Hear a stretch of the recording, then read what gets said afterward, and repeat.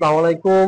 আমি মোহাম্মদ শাহাদাত খান সোহেল, আকুপেশার নিয়ে কথা বলি। আজকে আপনাদের সামনে হাজির হয়েছি আকুপেশারের আরেকটি পয়েন্ট নিয়ে। আজকের পয়েন্ট হচ্ছে কিডনি নার্ভ। দুই হাতে কিডনি নার্ভ, কিডনি জনিত যাদের সমস্যা, কিডনি জনিত সমস্যা, তারা এই কিডনি নার্ভে আকুপেশার করতে হবে। এটা হচ্ছে কিডনি নার্ভ, যাদের কিডনি জনিত সমস্যা এবং অ্যাসকিডিনিন জনিত সমস্যা, কিডনি নার্ভে আকুপেশার করতে হবে। কিডনি পয়েন্টটা দেখেন। কিডনি পয়েন্ট হচ্ছে দুই হাতে আঙ্গুলে কিডনি পয়েন্ট। এই পয়েন্টটার নাম হচ্ছে কিডনি নার্ভ। যাদের কিডনি জনিত সমস্যা আছে, কিডনি নার্ভ জনিত সমস্যা আছে, আপনারা এখানে আকুপ্রেশার করবেন। আকুপ্রেশারটা কিভাবে করবেন? এক হাত দিয়ে আরেক হাতকে চাপ দিতে হবে, এভাবে প্রেস করবেন। নিজের হাত দিয়ে নিচে আকুপ্রেশার করতে হবে।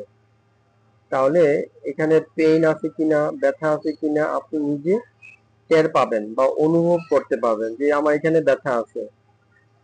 যদি আপনি এখানে ব্যথা পান তাহলে এখানে আস্তে আস্তে করে আকুপ্রেশার করবেন। সপ্তাহে 6 দিন দুই হাতের আঙ্গুলে 2 বেলা এখানে 100টি করে চাপ দিবেন। 100টি করে প্রেস করবেন বা আকুপ্রেশার করবেন। এভাবে আকুপ্রেশার করলে আপনার কিডনি নার্ভ জনিত সমস্যা থেকে মুক্তি পাবেন আকুপ্রেশারের মাধ্যমে, ওষুধ ছাড়াই। কিডনি নার্ভ জনিত যাদের সমস্যা আছে তারা এখানে দিনে 2 বেলা আকুপ্রেশার করবেন, সপ্তাহে 6 দিন। সপ্তাহে 6 দিন আকুপ্রেশার করে একদিন বিরতি দিতে হবে। তাহলে আপনার এখানকার ব্যথা চলে যাবে। ব্যথা চলে গেলেই আপনি বুঝবেন যে একটু আপনি ভালোর দিকে যাচ্ছেন। দুই হাতের আঙ্গুলে 2 বেলা সপ্তাহে 6 দিন আকুপ্রেশার করবেন।